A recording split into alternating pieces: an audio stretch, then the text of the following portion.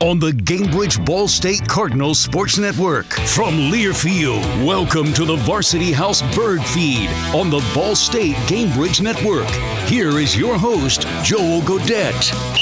Welcome into an episode of the BirdFeed Live. James Whitford joins us. Joel Godette, glad to have you along with us here. This is the first time we've used this podcast studio, so to speak, so congratulations on breaking it in. Yeah, the technology as it changes always amazes me. It's a lot to play with here, but we'll figure it out here on the fly and talk where Ball State is and where Ball State is headed over the course of the next week, because you guys are off to a really good start in conference play, and then you have a really big week ahead of you. So what's your general feel and vibe for where this team is right now? We're in a good place. Where I think we've got a core group of guys that have really settled in on they're playing really well together, looking for consistent contributions off the bench. Thought we got a great one from Jalen Sellers this past week, but we're getting better for sure. We're getting better, especially on the defensive side of the ball, and when you do that, things tend to take care of themselves. Talk to me a little bit about where the league is at this point, and part of that has to do with the society with which we live in right now. One team has played every game they've supposed to, or they've been scheduled to play. That's Toledo. They've played 4 games at this point. Northern's played 1 game. We saw on the women's side, Brady's team had a game rescheduled like 36 hours in advance. You guys haven't had to deal with that yet, but how it works in terms of, hey, we got to go scout somebody. What's the mindset like when you have a schedule, but you don't really know?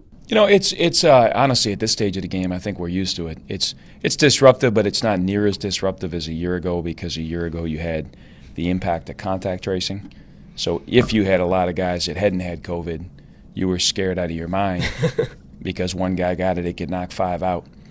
And but this year, the only guys, as long as you're vaccinated, the only ones that are sitting out are the contact traced are the ones that are unvaccinated. So less of a risk, but more contagious. So we'll certainly have a shutdown at some point probably, but be shorter and not as impactful as last year. Is that a weird realization / mindset of hey, listen, we're probably going to miss a game, where I feel like a year ago it was a much different approach, where it was and this is just across the board, everybody was oh God, hopefully nothing happens here. And there's almost listen, this is going to happen. It's inevitable.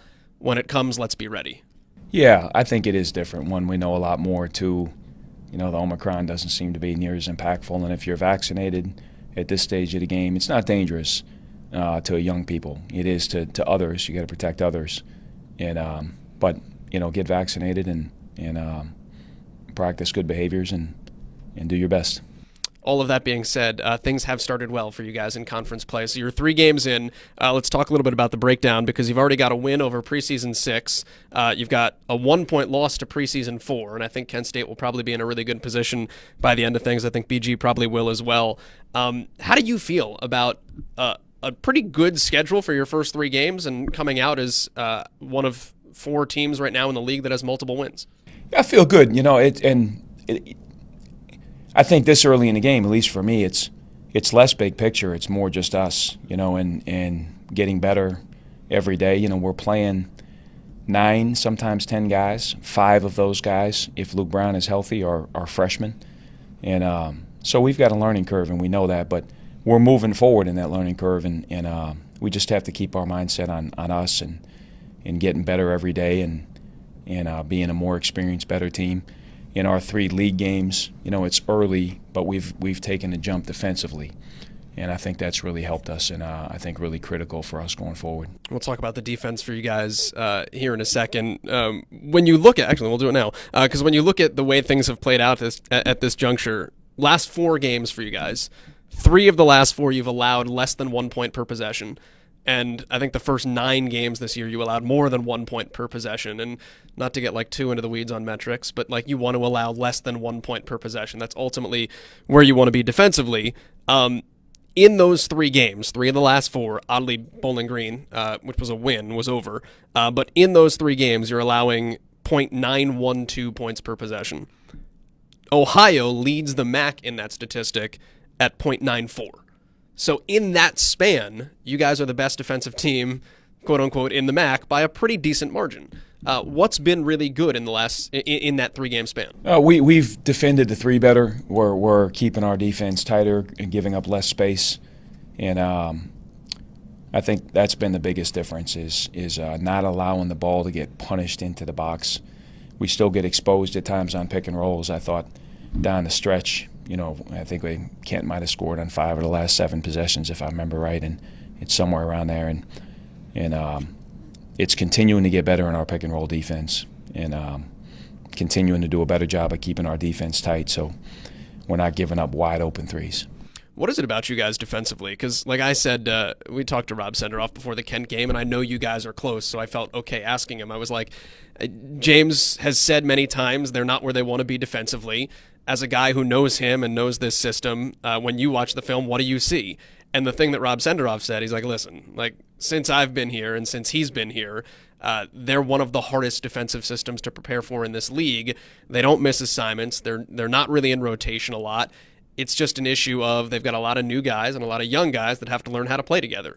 Was that the biggest issue for you guys, is that there weren't a whole lot of concerns other than this is going to take time? Yeah, I totally agree that it's for us. We used to have a lot of new guys that are facing different systems every night, and what we're asking Peyton to do right now, and he's doing, unbelievable as a freshman. But what we're asking him to do, play 30 minutes at 250 pounds and defend all the pick and rolls that he has to defend, and by the way, be a go-to guy for us on offense, is exceptional. But he's a really special player, and that's what our team needs from him. And so it's getting younger guys to be older guys. How new is that as a big? How many times is he in a pick and roll defensive situation like he's going to see here playing high school or even playing AAU? Almost never, because you're in them some, but you just don't have sophisticated schemes, so if you ask them how they play them, sometimes they remember, sometimes they don't. They're just like, they just said them, and how'd you play it? And I'm not sure. And then you have Bashir, who's coming in off the bench, and Bashir played 40 minutes of zone or 32 minutes of zone every game in high school. And so it's new for him, and we have a lot of guys in different roles, but they're learning, they're coachable, they're getting better, we're making progress, and it won't be linear progress. We'll have ups and downs as we go, but as long as we keep getting better, big picture, we'll get to where we need to be by February and March. Let's talk about Peyton Sparks at this juncture. Did you expect him, did you expect to get what you're getting from him? And if the answer is yes, great. If the answer was no, what did you think would be the role he fit into? Well, we knew he was a really talented player. That stood out when we recruited him, and what you never really know till you get someone is how good is their work ethic.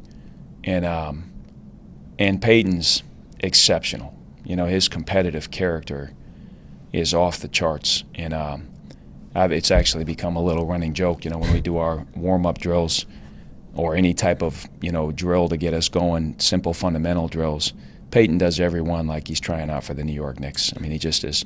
He's trying to get better in everything he does. And I guess technically he probably long term he is. So. Yeah, no, he's a special player. He's a special person, and he's a great teammate. He's completely unselfish. He just wants to win, and he's unbelievable. He's drawn, I think, 23 fouls in the last 3 games. 26 fouls in the last 3 games. It's keeping us at the free throw line. It's funny because I asked Peyton. Is particularly on the charge standpoint. He leads the team in charges drawn at 6'9". Big tree falls hard. I said, why do you take so many charges? He goes, well, I don't block a lot of shots, so I got to do something in there, which is a hilarious yet fairly, accurate mindset.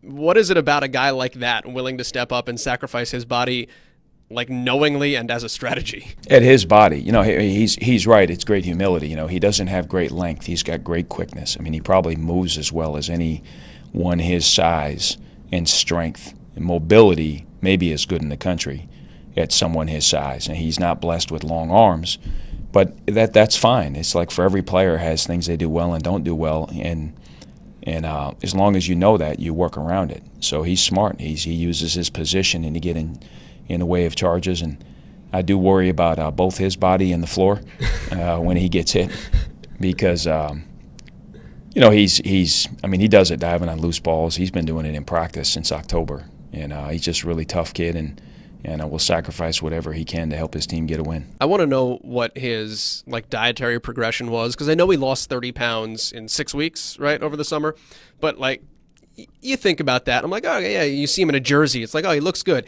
And then he took his practice penny off the other week at shoot-around, and he's like chiseled out of marble with like 8-pack abs. I'm like, how did that guy lose 30? Like, that's not the picture of what you'd think a guy that just lost 30 pounds and weighed 270 is supposed to look like. So what did he do in the weight room and in the kitchen that has turned out to be what he is now? Well, the thing I'd say is it requires incredible self-discipline, because the knowledge that we would have passed to him about nutrition is no different than the knowledge we pass to anyone else or any college team does. The difference tends to be in the individual, in that with Peyton, what we found is with everything we tell him, if it's certain techniques in the post, you can show him, and then he'll take it on his own and go work on it.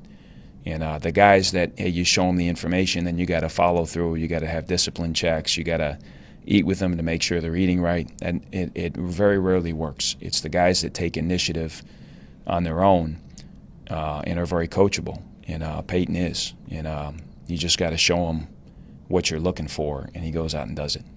You guys are at a system, or at a point now where he's become a good focal point for you, and then you've pretty much settled into a nice rotation at this point. You've used the same 8 players /9, if you include Luke Brown when he's been healthy, over the course of the last 4 games. What's that finding out process been like for you, and how good do you feel about the core unit you're playing with right now? I feel really good about the core unit. They're playing really well, and they're playing really well together. They're getting comfortable with each other on the court and knowing how to look for shots. I think Demarius is a key piece for us because he's incredibly unselfish. And been playing great. Playing great. He's a great communicator. He's a great leader on the court. And trying to get him to be a little more aggressive. And he really was against Eastern and ended up 3 for 9 from the field. But all good shots, and had 4 assists. Could have had more than that. Had a couple where he threw to a guy that had a great shot that got fouled. And I feel like that should be an assist, by the way. Like, make or miss doesn't matter. Like, was it a good pass? Yeah. Throw to a guy who got fouled, I would agree with you. It should be an assist. But nonetheless, getting him to be a little bit more aggressive, I think, is important for us. And but that crew is really playing well together. This is going to be this is a very media-type question, although I feel like everybody talks about it all the time. Luke Bumbleau is 6th in the MAC in minutes per game, playing almost 33 minutes a game. Like Sincere Carey, you could say this for Kent, has not come out of a game in conference play. And everybody goes, oh, well, like, how sustainable is that?